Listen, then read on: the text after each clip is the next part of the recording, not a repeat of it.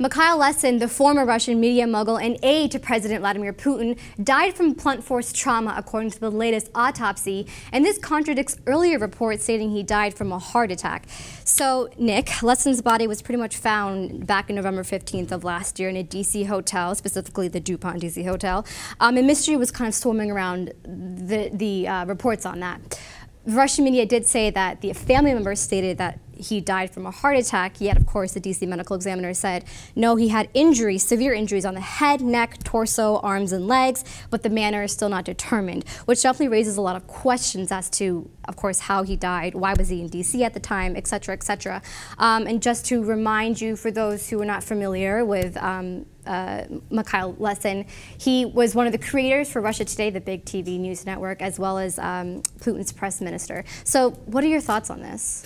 Well, I have a lot of thoughts on this, and first and foremost, you know, Russia Today, aka RT, today put out, or just the other day put out a pretty cool article, what they think is cool, but in my opinion, basically what they did was like, they really just dismissed all of these allegations as like Western conspiracy theories against the Russian people and the Russian government and Putin himself, basically saying that, oh, in the West, they're saying that he died, you know, from blunt force trauma, which is not the case. It was a heart attack. But I mean, every time there's a shady death with Putin insiders, of course, questions are going to be raised ever since Litvinenko, let's be honest.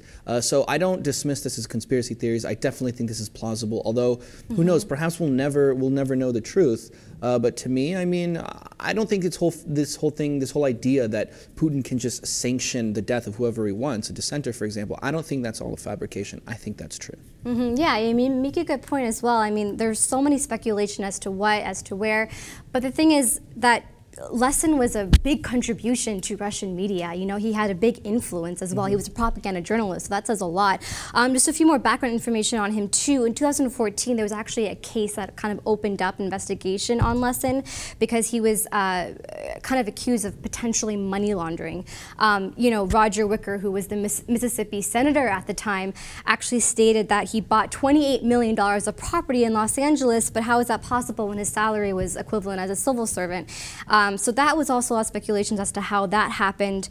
And we actually have a quote from the Foreign Ministry spokeswoman, Maria Zakharova. She wrote on Facebook, the Russian embassy to the United States has repeatedly sent through diplomatic channels inquiries about the progress of investigation into the death of Russia's citizen. The U.S. side has not provided to us any substantive information.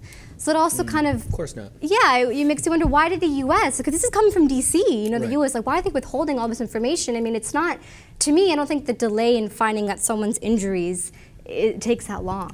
Right, and if you want to look at things from the other side, sorry to keep going back to this RT article that they wrote on it, but they also mentioned, you know, how basically as they're saying, well, there's nothing to see here, keep it moving, they also kind of suggested that the FBI was keeping a close eye on him, right, like you just mentioned. So if anything, you know, they kind of suggested that the FBI would be behind this. If anyone, if there's any shady dealings going on, it's definitely the FBI. Yeah, okay. I know, but see, the thing is, they blame the West for blaming Putin, but then we also kind of are also assuming the FBI as well. It's a two-way street. It is a two-way street. So I guess, I don't know, the details are still unfolding. We'll have to find out.